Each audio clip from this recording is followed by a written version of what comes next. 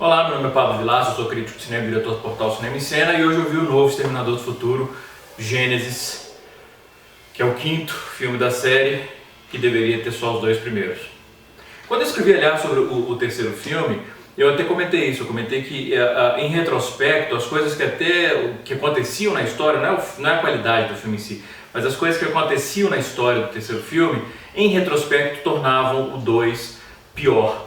E o 2, para mim, é um jovem clássico, é um filme de ação daqueles, assim, junto com o Duro de Matar, são filmes que revolucionaram a maneira de se fazer filme de ação.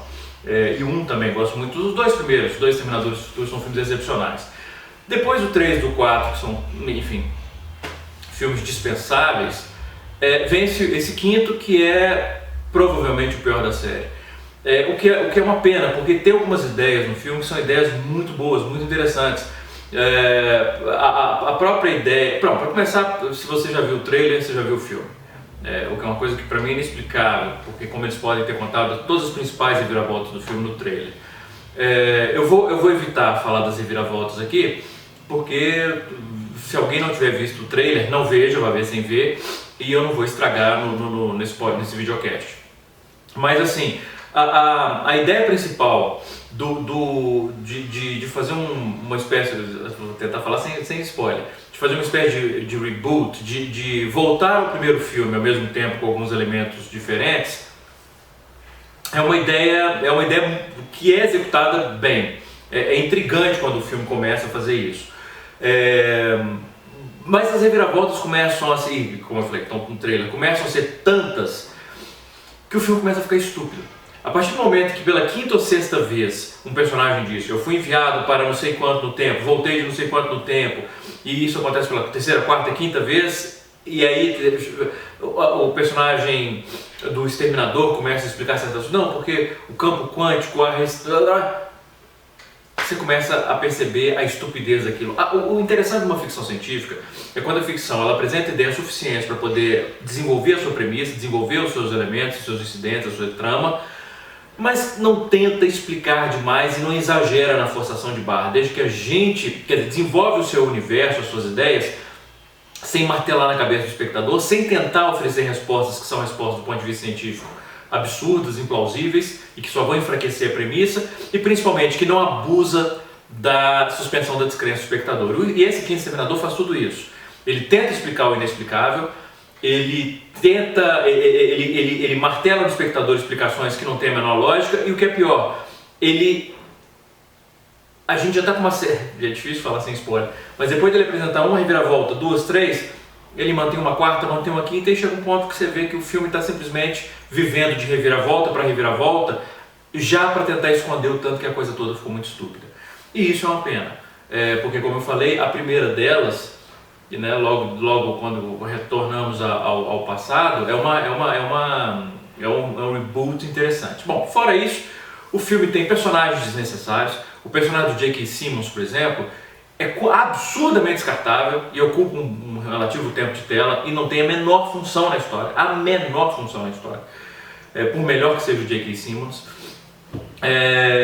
E os efeitos visuais são efeitos visuais daqueles absurdamente artificiais, que você vê o tempo todo que são efeitos visuais.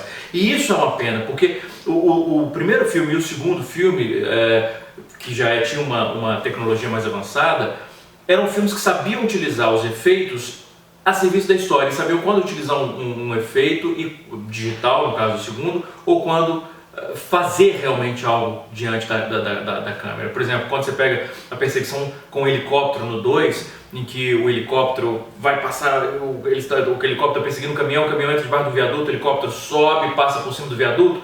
Existia uma realidade ali, porque era realmente um dublê, um piloto experiente fazendo essas manobras com o helicóptero, que o espectador sente a realidade daquilo. Se você compara com a perseguição de helicópteros que tem nesse 2, fica clara a artificialidade. Primeiro que os helicópteros fazem coisas que mesmo para alguém que não é piloto, você vê que é impossível aquilo. Então quebra completamente a descrença.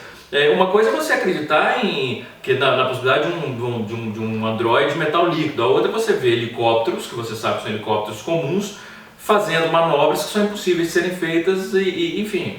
E o filme é cheio disso. Cheio de capotagens que você sabe que as pessoas se tivesse alguém dentro do veículo capotando, não teria só um cortezinho aqui, esse tipo de coisa que o James Cameron sabe, por exemplo, muito bem o momento de mostrar uma certa plausibilidade, realidade dentro do absurdo que ele está criando e o momento em que ele pode ir além que o espectador vai aceitar. Esse filme não, esse filme exige o tempo todo que a gente assiste reviravoltas, físicas impossíveis, enfim.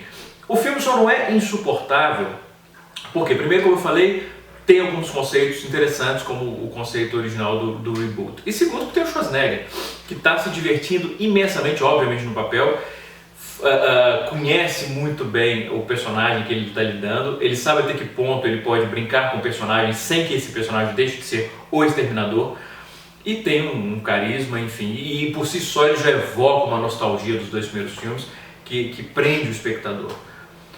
Mas fora o Schwarzenegger e essas 2 ou 3 ideias que o filme apresenta, realmente não tem muito que salve o novo Exterminador do Futuro, o que é uma pena, porque é uma oportunidade desperdiçada já num ano em que a gente tem tido flashbacks com Mad Max, com Jurassic World, que poderiam ter sido complementados por um bom Exterminador do Futuro, que infelizmente não se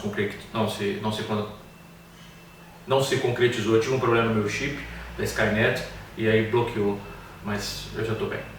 Eu vou escrever sobre o filme, mas fiquei muito desapontado. Um grande abraço e bons filmes.